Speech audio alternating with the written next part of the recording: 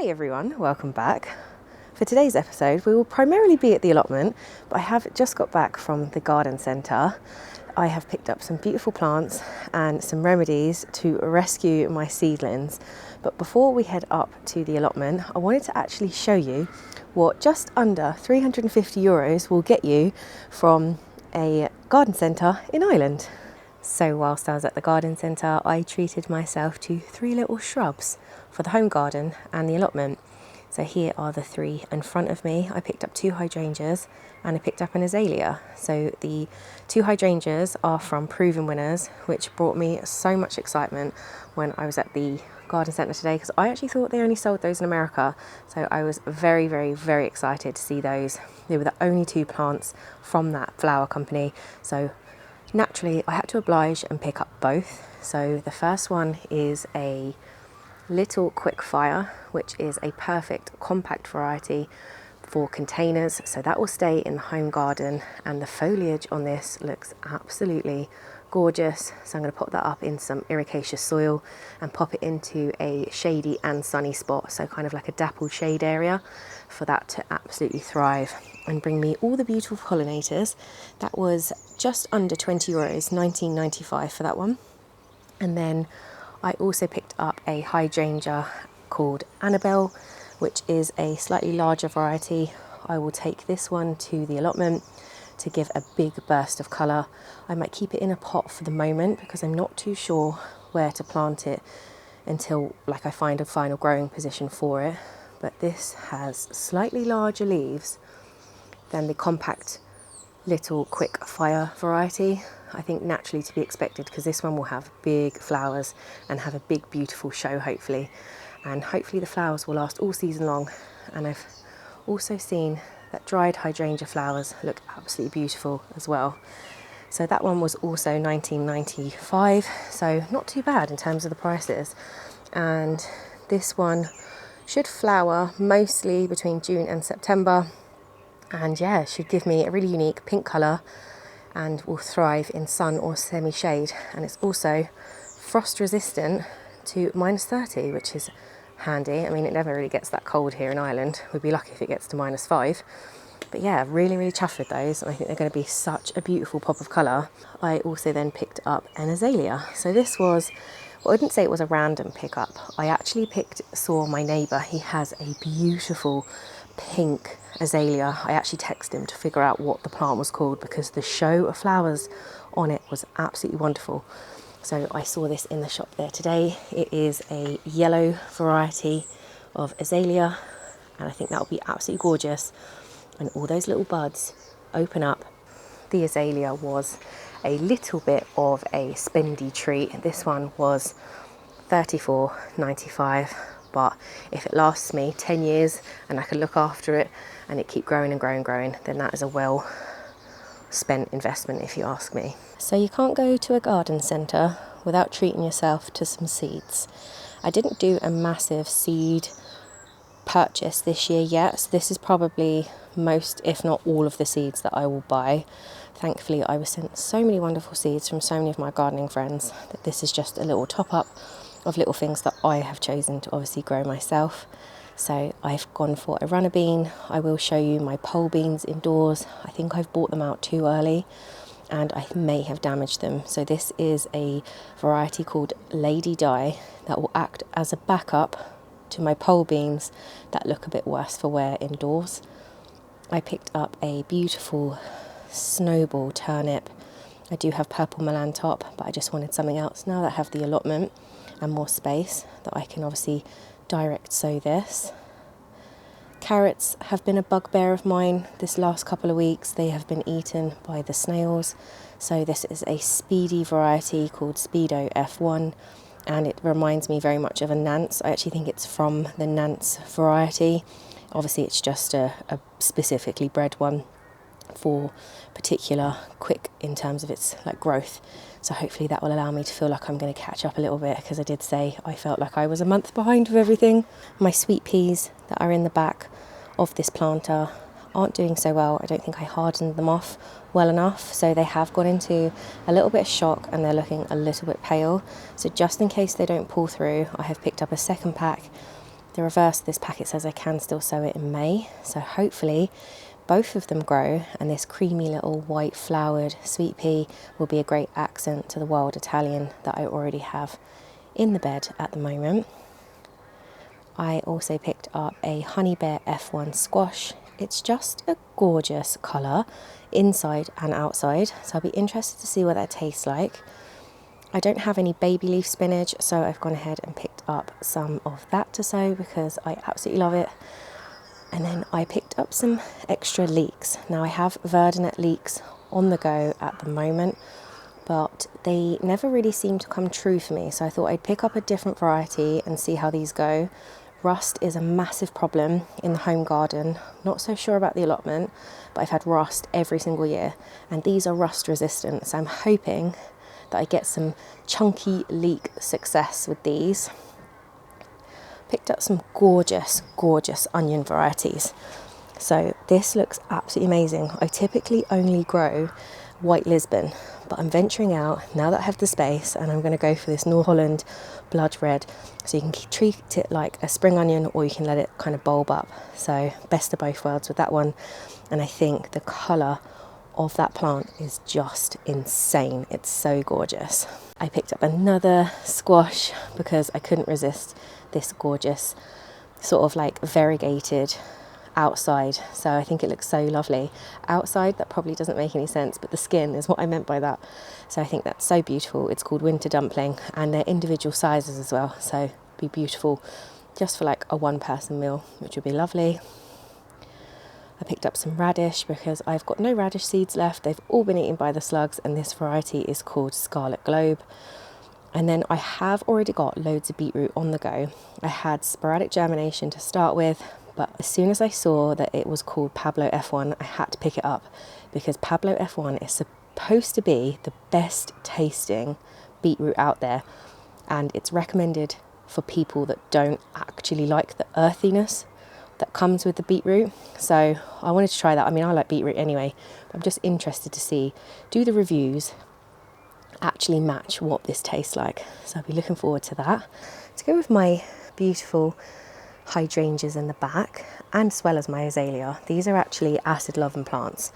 So I have gone ahead and picked up some ericaceous soil, and I obviously need a home for those to go into. So I have two beautiful 40-litre containers here for those to go in. I think they're absolutely lovely. And I also have some other containers in the garden, so I might use these, or I might use some that I've got, but either way I can use these for other things. To obviously remedy the seedling problem, I have picked up a load of plant food. So I've picked up a generic all-purpose plant food, which is good for flowers as well as vegetable plants, and I've picked up a specific tomato feed for my tomatoes. I was looking for originally a chili feed. I couldn't find a specific one, so I went for a tomato feed because Garden Google told me that chilies also like the same nutrients as tomato feed. So I really hope that's correct. And then to go with my blueberries and my brand new purchased acid loving plants is my ericaceous plant feed.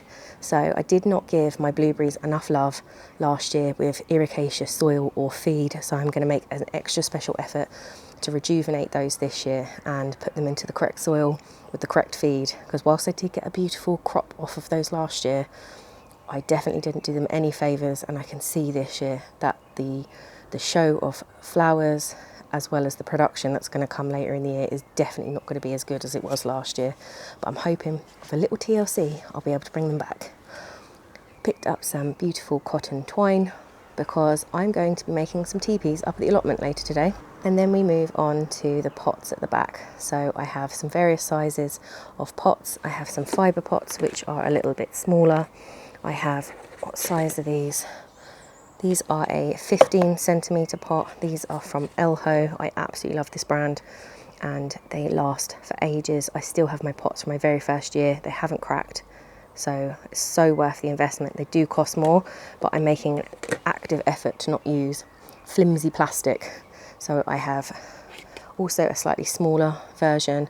This is a 10 centimetre pot and I've used these to bring my plants along from obviously when I germinate them, pop them into here. So particularly this is a great size for brassicas like kale, and then obviously once it outgrows this, you can then pop it straight into the ground for its final growing position. So there's my beautiful selection of feeds and pots. I went ahead and picked up some vermiculite because I obviously need to up my sort of expertise with germinating seeds and seed sowing compost, and I think vermiculite is definitely going to give me better results. And I have just an extra bag of soil there that I'm going to use to pot on my tomatoes. It does say it's specific for tomatoes and that tomatoes will grow 3 times stronger with this potting mix, so we shall see. This is by New Horizon and it's specific for tomatoes, so I hope that it has something extra special in there for them to grow and it's not just a marketing ploy. And here is an overview of everything that I bought. I do obviously have some more soil in the car for when we go down to the allotment later, and I have 2 bags of soil that are behind the flower bed, which are for the raised pallet collet beds, so I can top those up. So an extra few bags of compost, but I think all in all not too bad for €300. So that is a little insight into my spending spree up at the garden centre. I'm going to get a few of these bits into the car. We're going to head up to the allotment, unload everything, and I've got some really exciting updates to share with you whilst we're up there. As we head into the plot, I also wanted to give you another update on my potatoes because they are looking fabulous. About 2 weeks ago, after all the rain we had and cold weather, I was sitting there thinking to myself, I'm going to bring a shovel up, I'm going to dig up one of those spuds and see have they rotted, because I hadn't seen any signs of growth in 4 weeks and I was getting a little bit worried. I got a few little hints when I did do my plant out on St Patrick's Day, saying people were going to leave it. A lot of pit growers in Ireland that follow me were saying, look, it's a little bit too wet. That was probably up in Dublin and up the Midlands as well. And I thought, oh no, what have I done? What have I done? And obviously I normally plant them in containers and they're sheltered in my garden at home. So I'm delighted to tell you that they're all bursting out of the soil here today, and they need to be healed up a little bit just to cover any exposing spuds that do obviously shoot out of the ground. And if we have any temperatures that drop, I can put some compost around them just to protect the foliage so they don't die. So in this area, that means I have 18 British Queen potato plants that are growing, and I am absolutely delighted. I planted them and the weather was good, and then we had 4 weeks of torrential rain and really cold temperatures. A few of you guys said to me, you're going to leave it off a couple of weeks, so I was really worried these weren't going to come through. And every single one that I planted has burst through the soil, so I'm so happy, and it looks like I'm going to get a crop in and around June. So I'm so happy.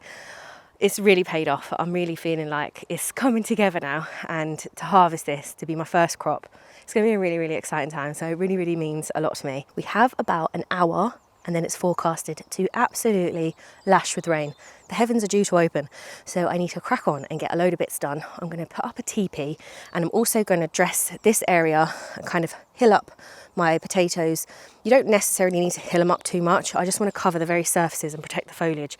One, in case the temperatures drop and they're susceptible to obviously frost damage, but also if there's any potatoes growing near the surface, I want to make sure they don't get any exposure to the light. And I also wanted to thank Barry from the Wirral, because you did tell me in the beginning when I planted these, am I going to go in and amend this with any sort of like fertilizers? Now, I presumed that this would be fertile soil, and I don't think I can presume anything because I've never grown here. I don't know how long the chickens were here, when were they last here, and I don't know. So I think anything that I've learned from the way that my seedlings are looking at home that I will show you towards the end of this video, I'm going to go in and I'm going to amend this with a little bit of bloodfish and bone as well as some fresh compost, and I think that will just nurture things and give it the little boost, because it's one thing that I seem to miss this year round. I'm not feeding my plants as much.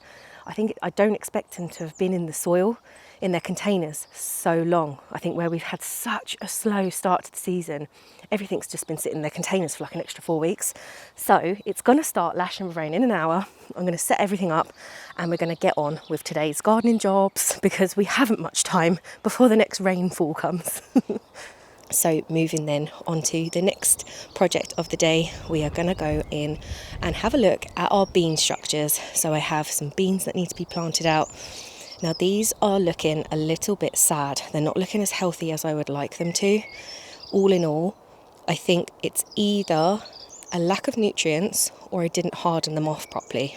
And where I'm learning how to grow a little bit more because my space is that little bit bigger, I do think possibly I haven't accustomed them to real sunlight properly, which could be causing this. Now there is a little bit of browning on the leaves, but there's also some browning on the stems. This variety is called rattlesnake, so I am expecting some sort of difference in terms of how the actual bean pods look themselves, but I was hoping to look for more of like a reddy, purpley snake skin pattern. So I'm not too sure. I'm going to keep an eye on them. So hopefully they take off absolutely fine once I put them into the ground, into their final growing positions on a little bamboo teepee. And here's a little close-up of what my teepees are now looking like. First time I've ever made a big teepee like that. Had a small one in the home garden before, and it only had 4 canes, so I'm quite impressed with these. Maybe the one on the left is slightly wonky, but overall I'm pretty impressed with that. So I'm super chuffed with how that turned out. I tried my absolute hardest not to step in the soil, so I was trying to balance on the wooden beds either side, so it gave me a little bit of extra height. And I don't think if I didn't have those, I probably wouldn't be able to reach the very, very tops of the canes. So I'm really super happy with that. I think it'll look amazing once it's all grown up, and I think it'll actually give me a little bit of privacy then towards like later in the season. Obviously these will be full, hopefully, all going well, of runner beans and my rattlesnake pole beans. So here is a little update on what my pole beans are looking like. Some of them are a little bit leggy, some are looking lovely and not leggy at all. Obviously light issues, and I possibly put them out a little bit too soon and didn't harden them off properly. Some of the leaves on them are looking a little bit fragile, ever so slightly brown, and I have sown 12 in total and I've lost 2 so far. Totally human error. I completely snapped the stems on 2 of them. So we have 10 to plant in here, and then I'm going to do my runner beans on this side here. So I'm going to go in and I'm going to plant them on the inside of the frame, and then hopefully do like a little wigwam. I'll actually do the wigwam beforehand with the bits of thread for them to climb up the whole way. So they're expected, I think, to get 1.7 metres, and I think those bamboo canes are about 2 metres in length. I do have them in the ground through the cardboard as well, probably a couple of inches. So I cannot wait to see what these will be like. I absolutely love French style beans, so I'm really looking forward to these. I think they'll be slightly easier to pick than dwarf beans, but I may go in and fill some of the space if it's left at the end, maybe with some salady bits or possibly dwarf beans, just to fill out a bit of the spare soil that will be in between each of the teepees. And that is the bean structures all planted out. Oh, I'm well impressed with them. I absolutely love the way they have turned out. So just gave them a little bit of a drink, even though it is due to rain today. And I just think they look so good. The plants look happy. They don't look like they've had too much transplant shock either. And a couple of weeks, and these beans in this teepee will be popping out. So I'm well chuffed with that. I think it's just made such a change to the allotment. It really feels like an allotment now because I have like a structure on here, which is so cool. So the other thing I want to do today is, obviously I mentioned earlier at the beginning, I have decided to do my main crops, potatoes, in containers. So obviously I did this last year. This is what I know. So I'm going to be planting up some main crop potatoes. I'm going to leave them in buckets up here, and it will just be so nice actually to compare the different yields. Now I know it's 2 different types of potatoes that I'm actually growing. Obviously I've got the British Queens, and then I have the saved seed for my main crop, which is the Sarpamira. So that's a blight resistant one. It is going in a bit later than I had planned.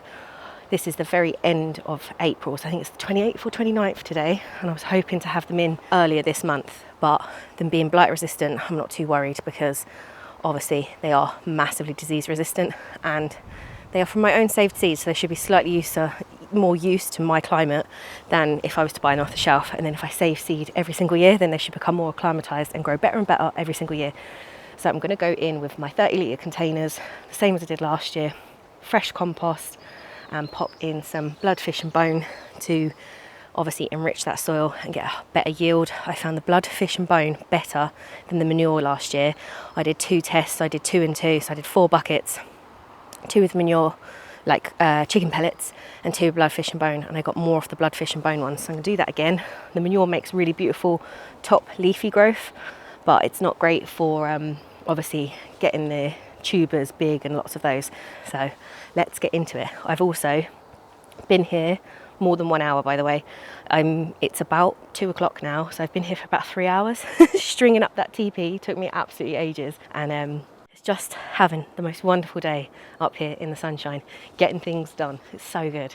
So I've just packed up the car because the wind has picked up and it's just started raining. So I'm going to take this lettuce, we're going to jump into the car, and then I'll meet you back at home and I'll give you an update on what is going on with my seedlings.